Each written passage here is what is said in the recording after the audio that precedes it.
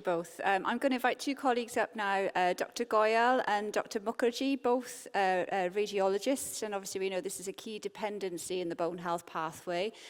So thank you very much, and you're going to talk to us about the systematic identification to effective intervention. And thank you to the wider FLS service for involving radiology and identifying the role that radiology has to play within this service. So I'm Nimit, and this is my colleague Kausik, and between us we represent two health boards as well, because I'm from Aneurin, Bevan, and Kausik is from Cardiff and Vale. So I'm going to talk a little bit about role of radiology in identification, and I'm going to present some examples of scans. So this is a CT scan. We call it a sagittal reformat, so it is as if looking at a scan from the side of the patient. And as it shows, there are two fractures in the lower thoracic vertebrae.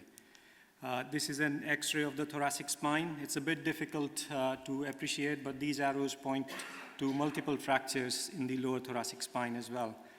And this is an MRI scan, and as you can see, just around there, there is a reduction of the height of the vertebral body in L1 vertebral body, so that is also a vertebral fragility fracture. Now, interesting thing about these is not that there are fractures. Interesting thing is that none of these patients was sent to identify a fracture. They were all incidental findings. And unless we highlight these incidental findings, they go missed. And why is it important to identify? Now, these figures are being repeated time and again, so sorry for the repetition, but I think it's very, very important. So we know from population studies that about 12% of ladies between the age of 50 to 80 and 20% above the age of 80 will have a vertebral fracture. But as Sunil alluded to when he started his GP practice, in GP practice, only 0.1% of records actually have patients with osteoporosis. So there is a massive discrepancy between patients who have fractures and patients who have fractures identified within the system. And again, why identify them at all? Because we know, this is again a repetition, but we know that patients who have one fracture, it's an extremely powerful predictor of a further fracture, especially when it comes to further hip fractures and further vertebral fractures. And obviously, identifying these fractures and preventing further fractures has got a significant impact on reducing the economic burden that these fractures present to NHS. So we help to prevent this, which is basically a fracture of the distal radius and a fracture of the hip. And again, these two are the patients who had minor falls and ended up having these fractures. So potentially, these can be prevented if an earlier study had adequately identified a vertebral fragility fracture. But why don't we do it? I mean, if I'm saying that this is such a good thing to do, we should be doing it. We are not doing it because there are certain challenges. We know that vertebral fragility fractures are underreported, and that is because there are some reporters who may not review the spine on imaging. So if a CT abdomen and pelvis is being done to look for cancer or things like that, we may not necessarily evaluate the spine.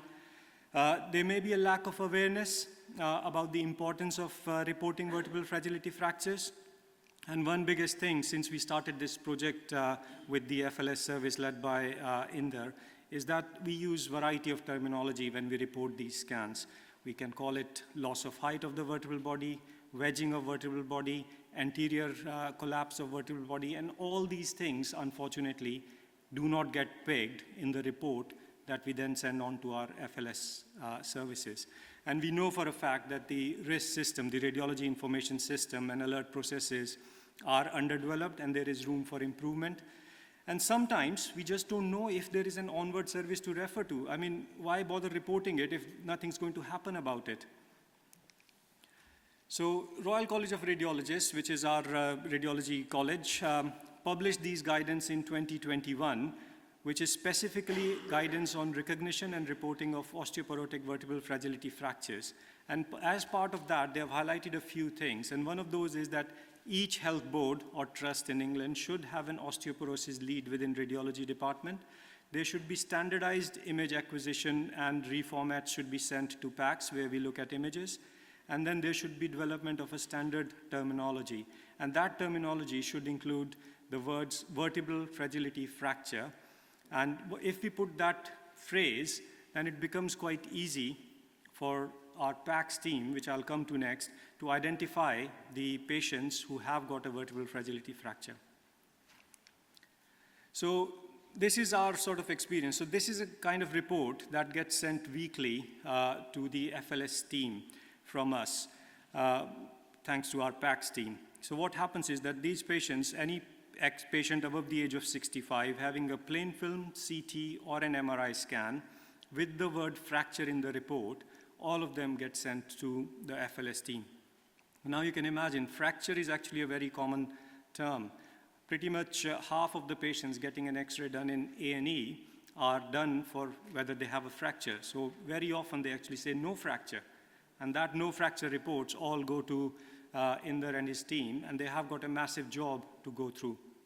So if we can change that keyword to vertebral fragility fracture, that will really help pick up the right patients and cut down on admin work.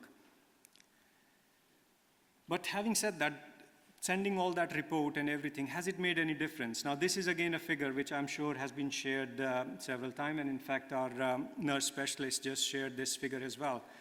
So there is the Royal College of Physicians publishes this graph, and the estimated annual fragility fracture rate within our health board should be about 3,875 patients. And with the brilliant efforts of the FLS team, the last figure at the top, we are almost close to 70%. So we are almost identifying 70% of patients with possible fragility fractures now. And this trend, as you can see, back in November 2018 until now, has just been one way. And I can say it is down to teamwork, which is driven by one man's energy, who's sitting right in there. So well done, Inder. This is just a summary slide on how a patient's pathway through radiology is. So patients to us come from, a referral is sent to us, then we scan them, then we report those scans, identify fractures on them, and then we can send the results back. So when the referral comes in, they come from various referrers with variety of indications. So we need to have a standard policy of sagittal spinal reformats across Wales. And then once we have identified, we need to, as I said, use keywords. And then we can also consider use of artificial intelligence within radiology here to identify vertebral fragility fractures. And that can bypass a lot of the work that is currently being done by radiologists, and it will avoid missing a lot of patients as well. And then we need to agree local policies for onward referrals, because once this report has been generated, it needs to go into an FLS service. So it should look like that. So that is one aspect which I've spoken about, which is diagnosis. But Kausik here does a lot more exciting stuff because he can actually intervene on some of these patients. So he's going to talk a little bit about vertebroplasty. Thanks, Nimit. So as Nimit just said, that my role over here is just to tell you something that we do, and that is vertebroplasty for patients with osteoporosis. But before we do, I think I'd like you to dwell on this particular slide. Behind all vertebral compression fracture, we need to know that there is a human cost.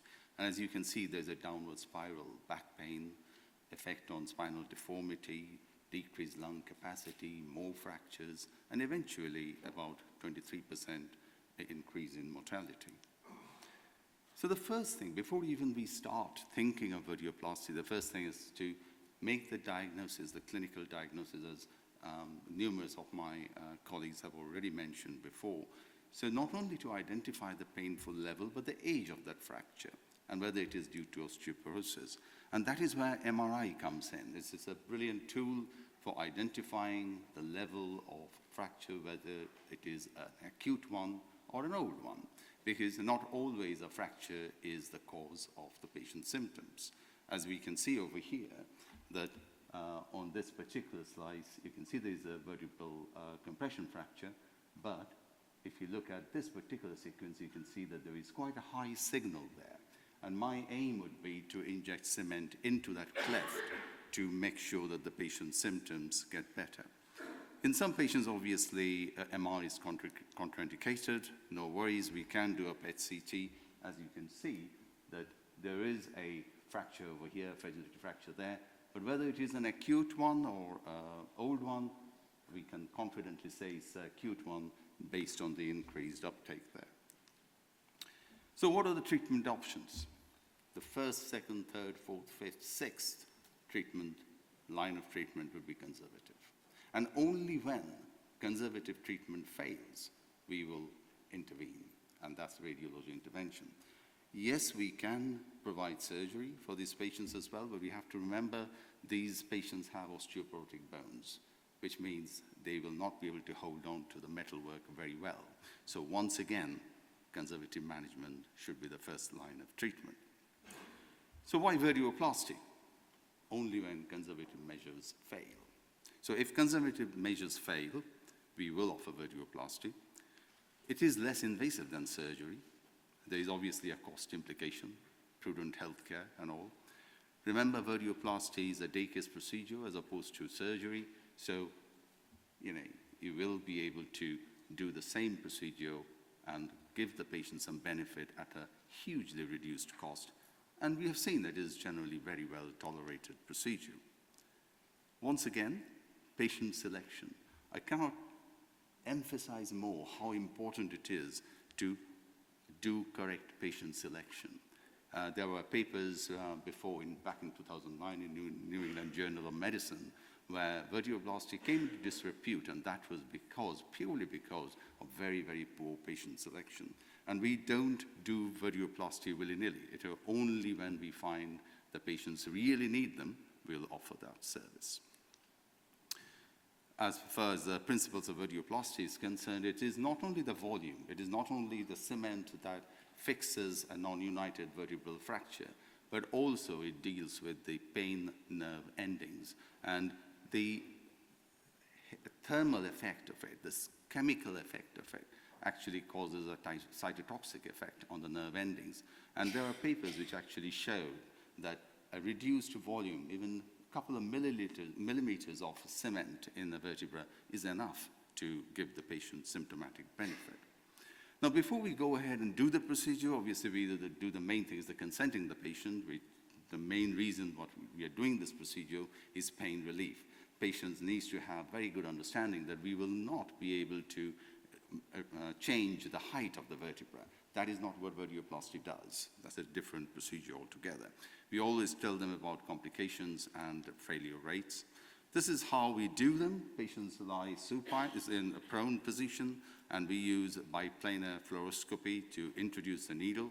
And as you can see, the tip of the needle should be in the anterior third of the vertebra and in the lower part of it, and we inject the cement. Now, when should we inject the cement is very important, because the cement has to be in a very, very viscous state. And if we, by any reason, start injecting earlier, which has happened, and I'll show you later, you will find that the cement can go anywhere in the wrong places, and we don't want that. This is an example of a very good example of vertebroplasty, where good positioning of the needle. I'm not saying that just because I have done it, but by any means is a good example, good positioning of the tip of the needle, and you can see where the cement has flowed quite nicely, filling up the vertebra. Now, this is where the trouble is. You cannot make it too viscous, because then the cement will not flow. But again, if you start injecting too early, you'll end up with complications. So, coming to complications, we always tell patients about infection, about pain, about bleeding, but I'll just show you a couple of slides on cement leak. That's the interesting ones. So here is a patient where, even before I started off, as I said, here is a cleft, and my target would be to inject cement in that cleft, which I did very well, okay, straight into that cleft. But I also knew, even before I started, that there is communication with the disc there, and that's exactly what has happened. The cement goes into that disc. So I told the patient beforehand that that is possible. Here is another one where I started injecting a little bit too early. Okay, timing is very important. too early, and you can see the cement has actually gone into the veins next to the paravertebral veins, and actually has formed a mass of cement next to the exit foramen, and that can cause radicular pain for the patient. Thankfully, these are rare ones, and I've kept them for talks like this. It doesn't happen very often. You can trust me on that. Okay. And then post-procedural care, we tell patients supine in bed for a couple of hours when we monitor the blood pressure, pulse, respiration, mobilize after a couple of hours, home after 4 hours. So our day-case procedure, compare that to surgery. I just throw in this kyphoplasty slide just to tell you what it is. So all we are doing over here is very similar procedure, needle in place, but we use a balloon to jack up this vertebra to get the vertebral height back and then inject the cement in that void. Why don't we do them? It's way, way, way more expensive. And also there are studies which have shown that over time, the vertebra which has been jacked up loses about 30% of its height. So again, not really worth it. So coming to the vertebroplasty pathway in our institution, again, I cannot emphasize more about selection of patient. The right patient should be selected, should come through the spinal surgeons. The spinal surgeons should assess those patients and then decide whether the conservative management has failed or not. So only when the conservative management has failed and the patient is still symptomatic, we will provide this service. Again, vertebroplasty should be done in a center where there is a good spinal surgical backup, because although the complications are very, very rare, complications can happen. So I will feel more comfortable knowing that my spinal surgical colleagues are around. And then, at the same time, we also need people like Inder and Anthony who can start off the rapid initiation of anti-osteoporotic treatment so that further fractures can be avoided. I've just thrown in a couple of papers on vertebroplasty over the years that have started. I can tell you in this particular paper, these two papers was when I was a fellow in Oxford, and I was part of that procedure when they were recruiting patients and doing this multi-center trial. So quite interesting. But the very latest one, this particular meta-analysis done by Ru et al. Is quite interesting as well. Thank you very much. Thank you both. Really, really interesting talks from both of you there. Thank you very much. Before I open it up, I do have a question for yourself and the floor, actually. Just recognising from one of the workshops this morning, the administrative burden on our FLSs as they are setting up across Wales on pulling patients and identifying patients. And I know from speaking to Inder over the last couple of years, the work that he's done with you, Nitin, in supporting that. So, how was that for you? That's the question for you. But also just opening it up to the floor. How many of our health boards, based on that college paper, actually have a bone health lead within their radiology departments? So if I ask the floor first, hands up, anybody who knows who has got a bone health lead apart from Aneurin Bevan. So there's work to be done. So if I hand over to you, Nitin, question, and then any more questions. We have a system in place. Is it perfect? By no means. Because as I said, all of us don't use the keywords vertebral fragility fracture either. A lot of reporting, as you know, within Wales is currently outsourced to Australia. We cannot train every radiologist who's working for outsourcing company to use the keywords that we want to use. But that is the recommendation anyways, and I hope that it came out in 2021. So sometimes it takes a little bit time to bed in. So hopefully that will bed in. In terms of the administrative work, hats off to our PACS team. They just embraced it, and it requires one person to do that search. I think it takes about 1 to 2 hours of their time to do a weekly search, and then bulk of the work is then handed over to the FLS team because they have to filter through the results and decide whether these are the patients that need to be seen by a FLS service or not. So I'll say at least about 2 hours of admin work on part of the PACS team based on our current system. And ideally what we should be looking at is that we are all using those keywords, and as soon as the keyword is there, because there are systems already available to do that, that raises a flag which sends a report on to the FLS team straight away. Okay, that's great.